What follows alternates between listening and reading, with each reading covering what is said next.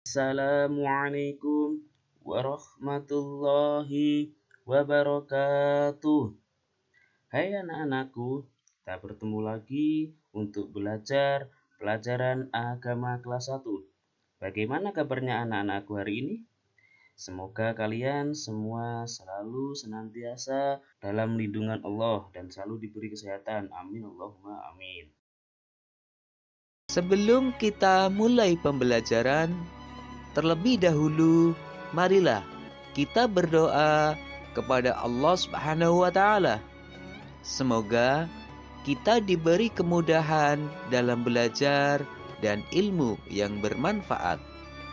Bismillahirrahmanirrahim. Rabbi zidni ilma warzuqni fahma. Amin. Baiklah anak-anak, kali ini kita akan belajar pelajaran 4. Temanya adalah bersih itu sehat, dengan subtema bersuci. Amati gambar berikut. Pada gambar tersebut, ada seorang anak yang sedang melakukan wudhu, yaitu membasuh kedua kaki. Dalam agama Islam, bersuci disebut dengan toharoh. Bersuci artinya menghilangkan kotoran, baik itu yang terlihat maupun yang tidak. Kotoran bisa berada di badan, pakaian, maupun tempat. Bersuci juga bisa diartikan mensucikan atau membersihkan diri dari hadas dan najis.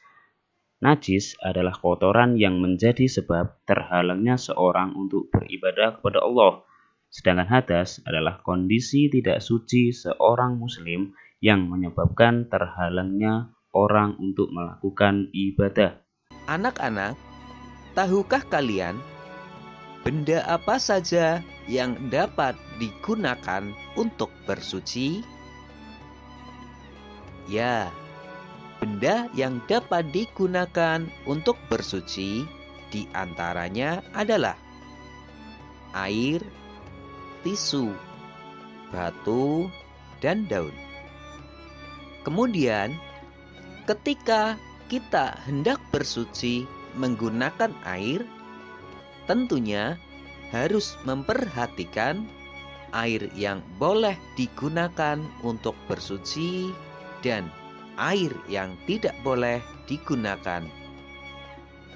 Adapun jenis-jenis air yang boleh digunakan untuk bersuci, di antaranya adalah air hujan, yaitu air yang turun dari langit.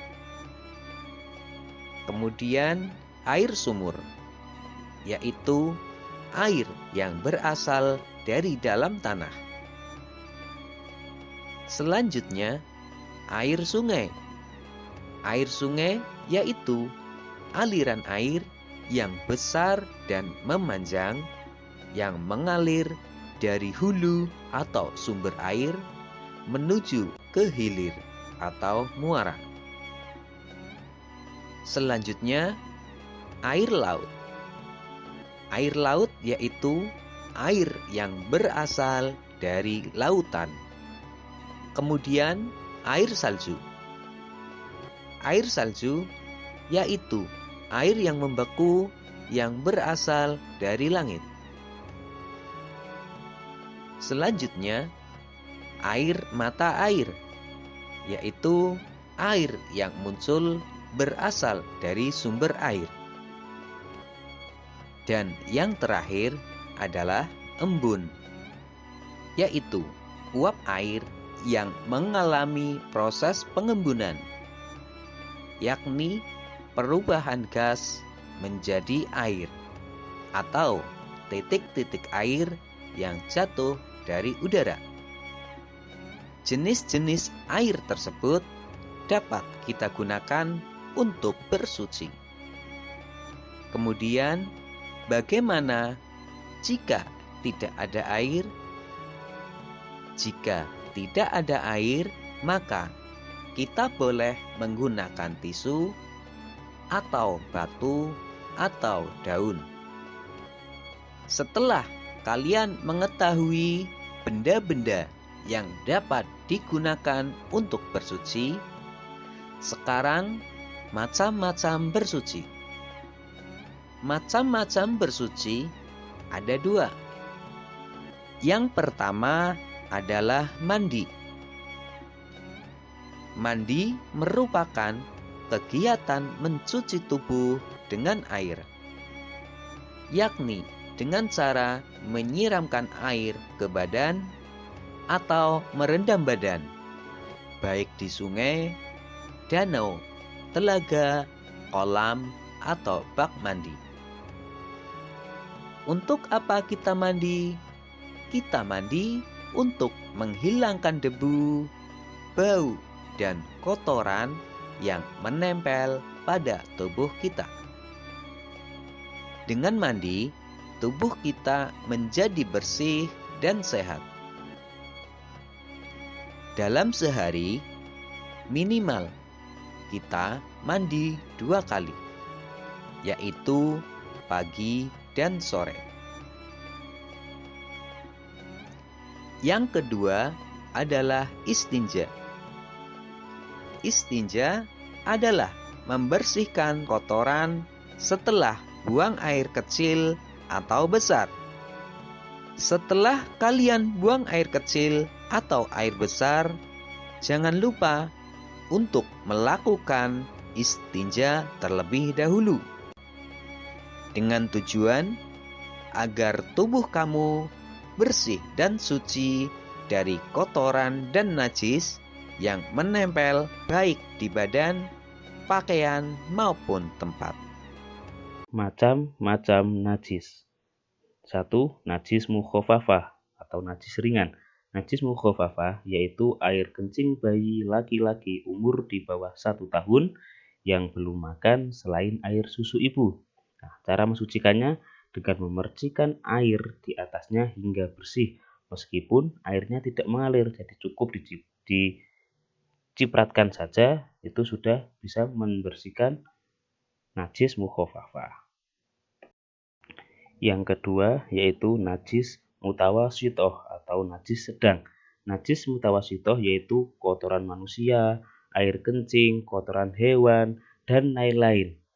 Cara mensucikannya cukup dengan membersihkan najis tersebut dengan air sampai hilang rasa, bau, dan warnanya. Yang ketiga, najis mughaladhah atau najis berat. Najis mughaladhah yaitu najis yang berasal dari najis anjing dan babi, 2 hewan tersebut ya. Misalnya terkena tubuhnya dengan memegangnya atau air liurnya atau bahkan terkena darahnya. Cara mensucikannya dibersihkan dengan air suci 7 kali bilasan dan salah satunya dicampur dengan tanah yang suci. Anak-anakku yang solih dan solihah, setelah kalian melihat dan mendengar video ini, ayo jawablah pertanyaan-pertanyaan berikut. 1. Bersuci disebut juga dengan 2. Bersuci bertujuan untuk 3. Menyiram tubuh dengan air disebut juga dengan 4. Setelah buang air, kita harus melakukan 5. Sebutkan 7 macam air yang dapat digunakan untuk bersuci. Untuk materi selanjutnya minggu depan yakni tentang tata cara bersuci. Oke, sekian pertemuan pada kesempatan hari ini. Semoga apa yang kita pelajari bermanfaat. Kita akhiri dengan membaca hamdalah.